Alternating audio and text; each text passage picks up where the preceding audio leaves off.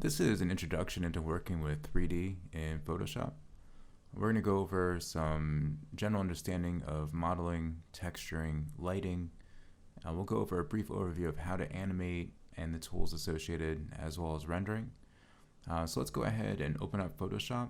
If you're working along with me on a Mac, everything, just so you know, will be the same on a Mac as it is here on my Windows 10 machine. All Adobe applications are, for the most part, the same on a Mac versus a PC. There's a few nuances, a few keyboard shortcut differences, but beyond that, everything will look and be identical.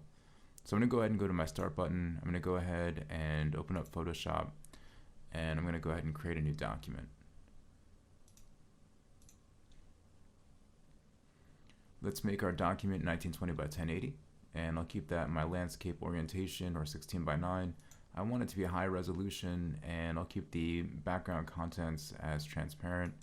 Go ahead and call this 3D intro and create. I want my background to be a light gray, so let's go ahead and make it this color gray right here, and we'll go ahead and apply that to our background layer. Control backspace. And we now have our background layer as being gray. That would be a suitable neutral tone for us to have our 3D space. So the reason that we're getting into working with 3D is not only just for a deeper understanding of how to work with Photoshop in its entirety, but also for when you're working with clients and they may want some type of presentation of their design in a real-world 3D object.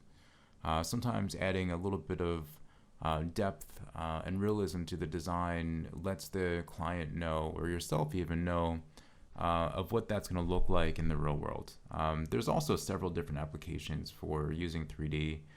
Maybe you want to work with like a 3D printer, or you want to start making some small objects on a printer like that.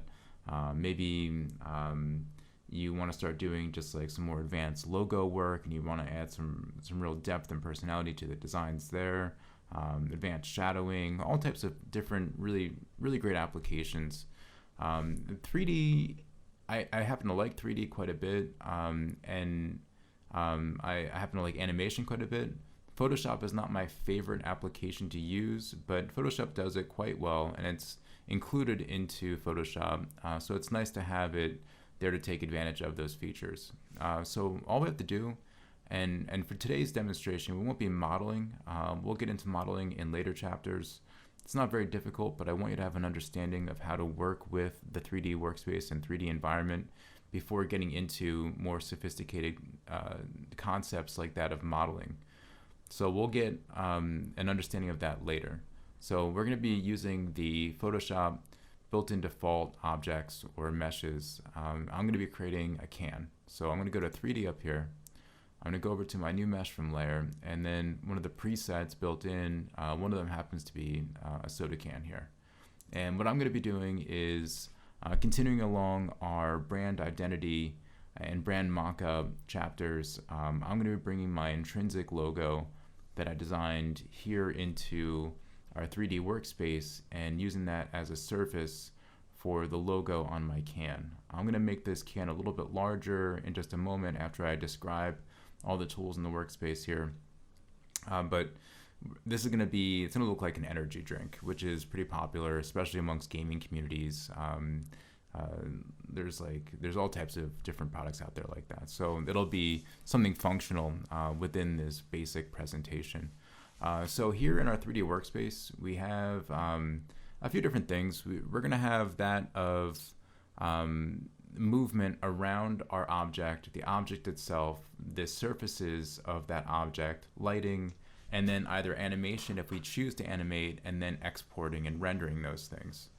So let's go ahead and take a look at first the general control of the camera in our environment, in our 3D space, before looking at the object itself. So this over here doesn't look like much, and if you're confused by this, what we're looking at here is that of a top view of the 3D object that we have here in our space. And this is called the secondary view. And this allows us to quickly bounce the camera around to see different angles and very, very precise fixed angles. So I can drop this down up here. Let me go ahead and zoom in so you can take a closer look. I can drop this down right here where it says select view camera. And I can go to default, left, right, top, bottom, back, front, vanishing point. Very helpful for jumping back into a certain type of fixed camera situation to look at my object very easily. So let me say, let's say I went over to the left angle here, and now you see it in the small secondary view, but you don't see it over, well, it was already that way, but you don't see it over here yet. So if I press this button, it will jump to that view I've selected, and there it is.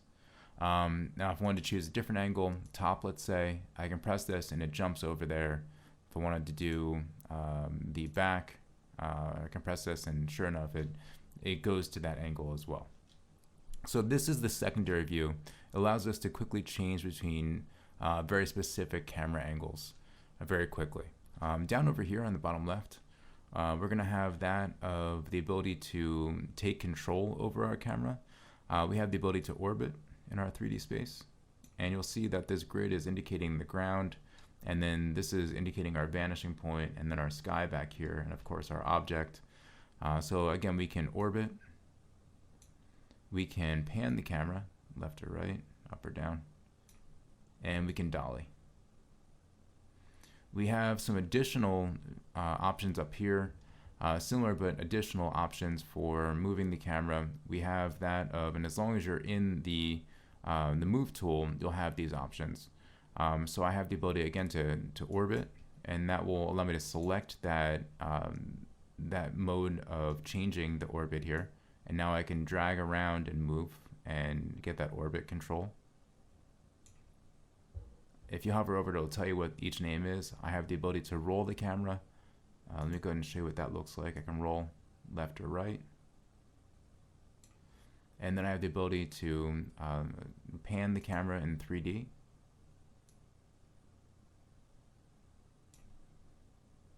And then this last one here is, it allows you to slide. Really kind of a fun tool. I don't use it all that often, but for animation purposes, it makes a really dramatic angle and effect. So let me show you what that looks like. You can get these really interesting slides and motions of the camera around in a very cinematic, very dramatic way. Great for action scenes. Many possibilities. I don't use it all that often though. Let's take a look at working with the object or the mesh itself, because that has similar controls as well.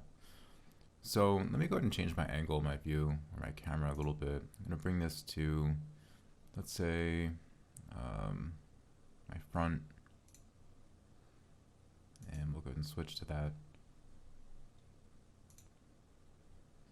And now if we click onto our object or our mesh, now we're going to get controls over just specifically just the object. So I clicked one time and now we have that selected, but now I can click again and now I get some controls.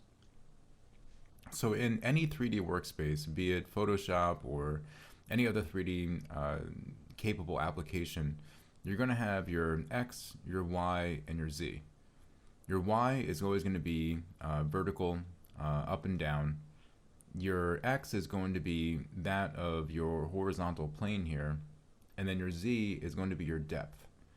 So your Z is going to be how close or how far away the object is in 3D space. And that's the same, again, in any 3D capable space. Even if you get into like in mathematics later, the Z will always be that depth as well. So let's go ahead and take a look at how this tool here, this 3D tool works. So if I click, you'll see that I have, it specifies each thing here. And let me zoom in just a little bit. Let me just go ahead and dolly in. And what I want to do is go ahead and make this a little bit taller. So on the top here, it says move on the y-axis. We don't want to move on the axis itself. I could, but that's going to move the entire object. We don't want to do that necessarily. But what I want to do is not rotate. I want to take this and I want to scale. So I want this to be a little bit taller, right? And keep on going until it looks generally about what we'd think. We're not printing this out or actually going to be building this. We're just using this for an example. Make it look like what you think you'd see for an energy drink. And I would say that looks about, well, maybe a little bit taller. That looks about good right there. But now we're no longer on our surface. So we want to go back into moving that around. So I'm going to go back to my 3D camera and then go back into my camera space. And then I want to move that to the ground. There we go. So now we have our object on the ground. Let me zoom out now a little bit. And now we have generally the shape that we're looking for. But what can I do with this? How can I interact with this to make it look more realistic? It's this very silverish looking texture and color. Not a terrible looking texture for a can, but we want to start adding some personality to it. So how do I do that? So, you know, I've explained these things right here. Let me just show you how to rotate and such before moving on, just so you can see what all these actions do. So I want to rotate around, I can do that. I don't want to rotate necessarily though. If I wanted to move anything along the x-axis, let me get the x-axis over here. I can, let's say I want to move this around. I can move this, slide this left or right. And let's say I wanted to do something along the z. I can move that as well. You can't really see it with this angle here. You can see it over here. It's moving closer or further away. Let me go ahead and change the angle so you can see how that works. And that's moving further or closer away. I can also rotate along these as well.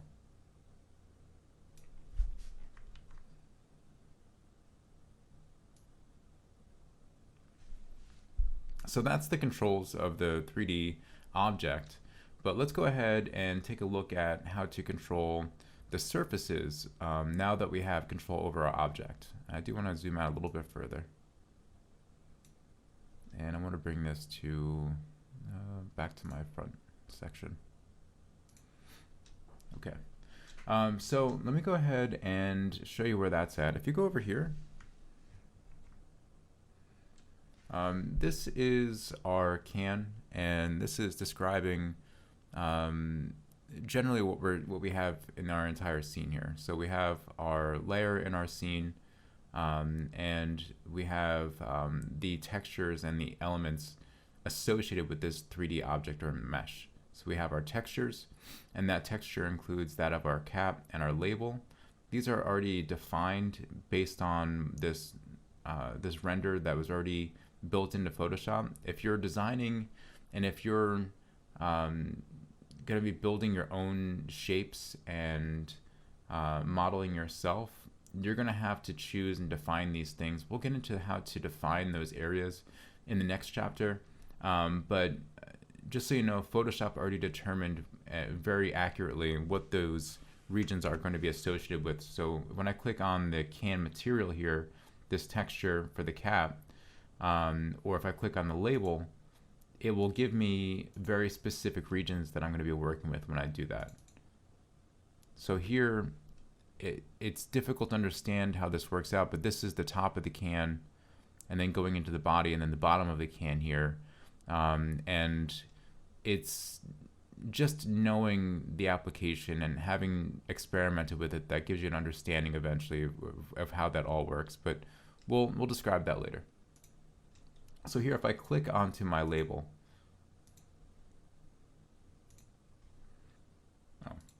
my apologies, I had to go 3D. If I click on my label here, I now have my surface texture options. And they're all the same surface, and you have a few different options to adjust the way that that looks. Now, mind you, this is the way that the texture and the surface looks, not the lighting. So this has to deal with illumination and the specular and things like that, but that's of the surface itself. The lighting that we're going to go into in a moment will have a very different effect on the surface, not the surface itself. So these are the way that this surface is going to look and how to interact with the surface itself directly. So let's go ahead and for the diffuse option here, let's go ahead and drop down and choose a different type of a texture.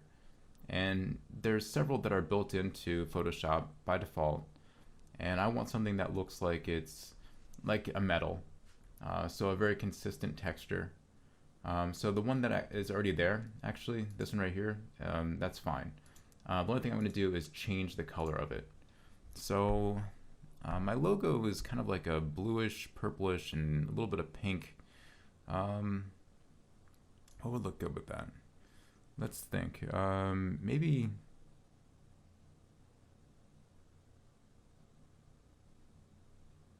I guess just like a darker gray would look okay for the time being. So I have the general color that I want. That's fine, and we can experiment with that. But the way that we would put something onto this texture here, this surface here, is now that we have our color, you can click right here, and we can go to edit the texture, and here you can bring in the texture that you want. And so what I want to do is I want to bring in an image. All right, that looks good, and that fits quite nicely as well. All right, so I'll go ahead and commit to that, and I'll go ahead and close this. And that should wrap around my surface of my can now. Save that change, and there it is. So let's go ahead and rotate around.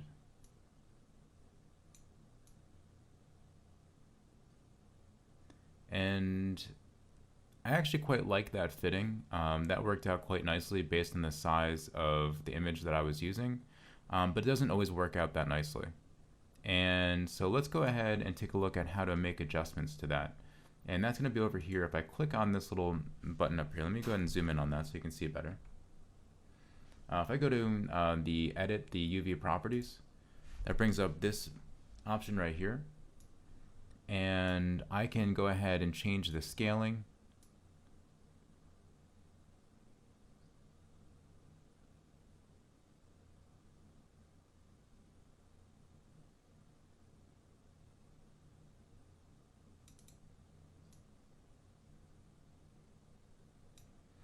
I can change the that of the not the UX but the VY scale as well.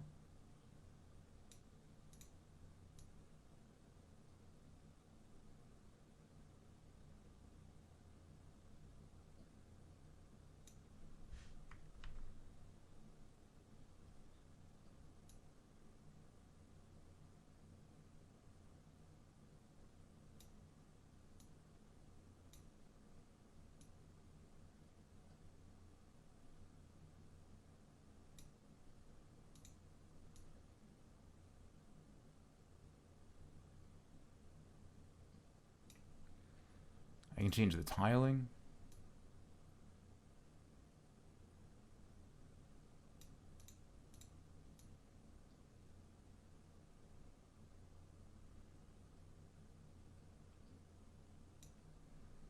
And then the offset as well.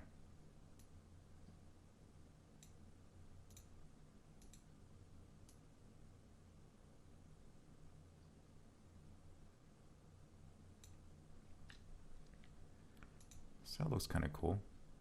So I'm gonna go ahead and keep that, and let's take a look at what we've done. Oops. Adjust my camera, go back to my front. So we'll rotate this around, and it actually looks pretty good.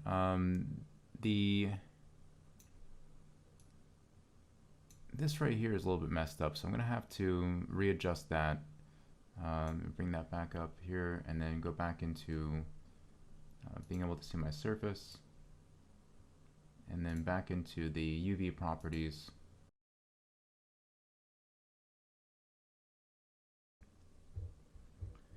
And I think it's mainly the tiling.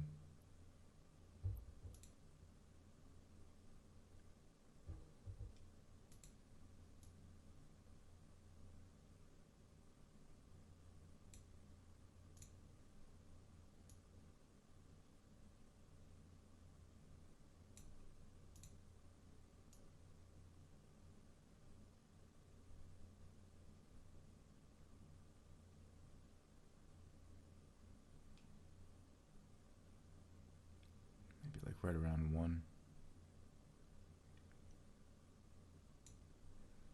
Let's see how that looks.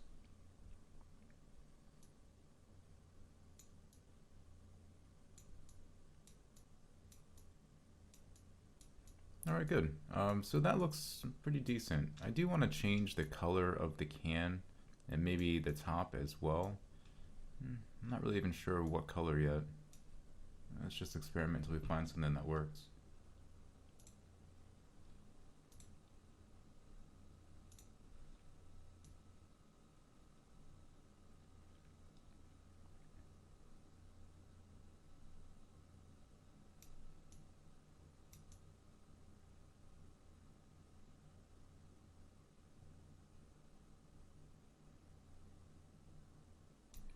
I kind of liking that blue. And then I just want to change some things with the cap itself.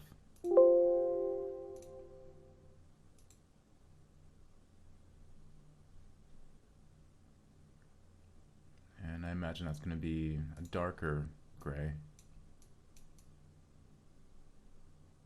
or silver. And then maybe a little bit more shine.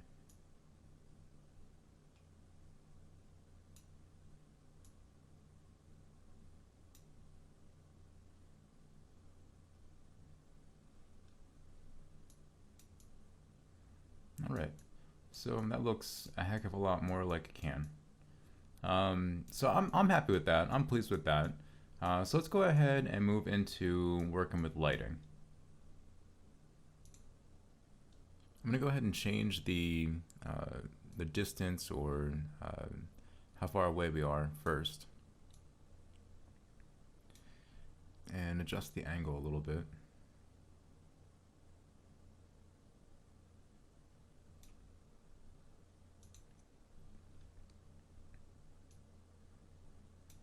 Oh, that should be fine. So what we want to do now is go over to our lighting tab in our 3D menu.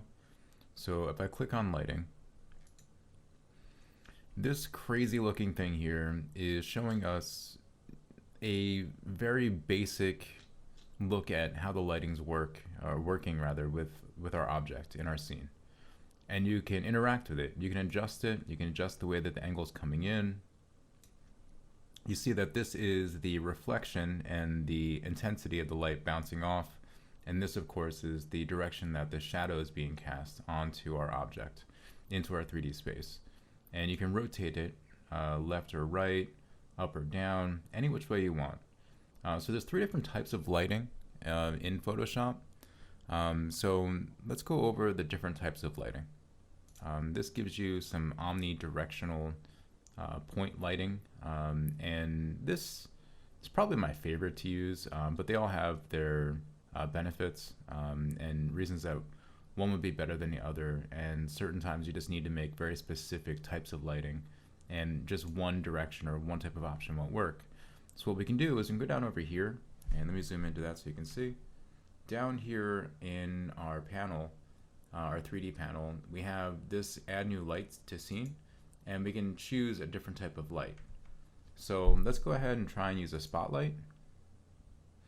And this spotlight, much like the name implies, gives you a very direct type of light. Let me go ahead and move this. And then let's go ahead and rotate this around a little bit. And also move this over here as well.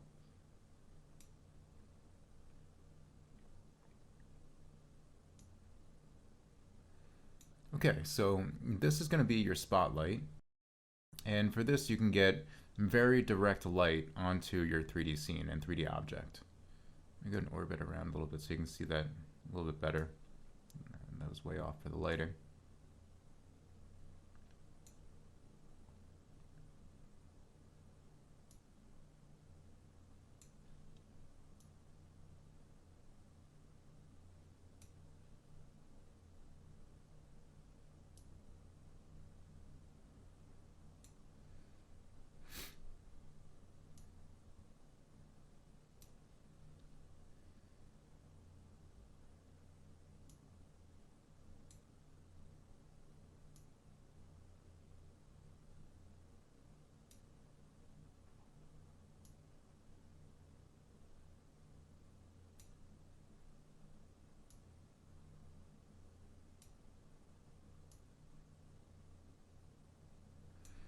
Okay, that looks pretty good there.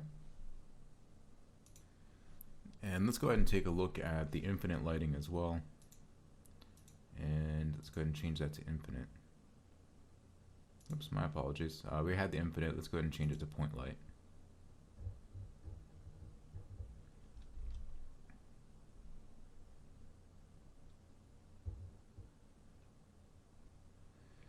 And the point light, as you can see, it's just very direct light in a very specific region or area.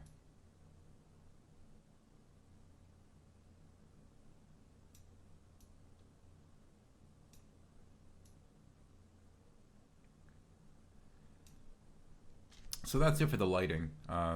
It's not a very complex, it's probably the easiest of all the different aspects we went over between the scene and the camera control of the object itself, and then of course the lighting.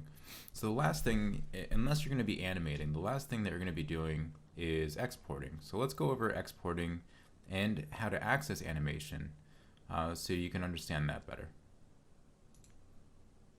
So, and even before animating, which would typically come before rendering, you typically do want to get just one render to make sure everything's okay. So I'm going to go ahead and zoom back in here, and I want to change this back to infinite lighting.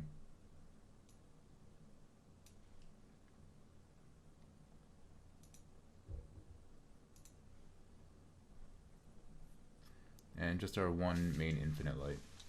Okay, so to render, it's down on the bottom of the 3D panel over here. It's just another button just like the lighting. We have the render option. So let's go ahead and render.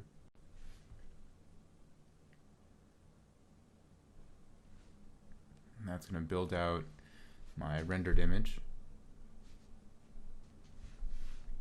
And you can see the progress down over here.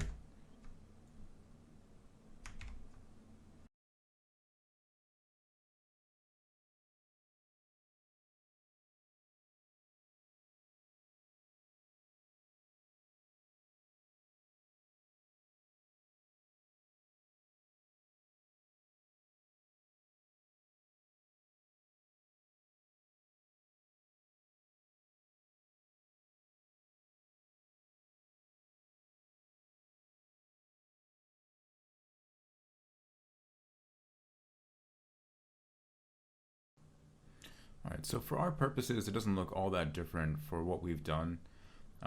So when we were designing, we were working within more or less just an easier, quicker, dirtier view without having done all the ray tracing and all the more sophisticated 3D visual improvements that could have been done. So after you chose to render, that's when it applied all the effects and all these things. Let me go ahead and take a look at our scene here so you can see a little bit better. All the things that would have been applied to our overall design. So now those things are built into and baked into this design here. So wire meshes have gone away, and anything that would have been a really quick edit to make this available to see as you're working with it real time in 3D. All those things are baked into the design now, and that's why that took so long. It has to do a lot of really advanced things to bring through the 3D aspects of the lighting, the texturing, the way that lights bounce off everything, and the surface design as well. So the last thing I wanted to show you was just how to bring up the animation controls in your timeline. And we're not going to get into actually building an animation. It's a very time-consuming process. or at least it can be. But to access those controls, it's right here in the window, and you just go down to timeline. Once you do that, it brings up these options here where you can start creating a video timeline, where you can start moving things sequentially and making little snapshots in time and building up that timeline here to then be a frame by frame animation, basically doing stop motion. So you can actually do stop motion. You can actually do some very rough video editing in Photoshop. I've known some people that have done incredible things with video editing in Photoshop. I just don't see how it's even really possible, to tell you the truth, because the ability to edit in here, it's there are some tools, there are some things that you can do, but it's so much more functional and something that's meant for that, like that of Premiere or even like iMovie or something like that, where it's specifically a video editor.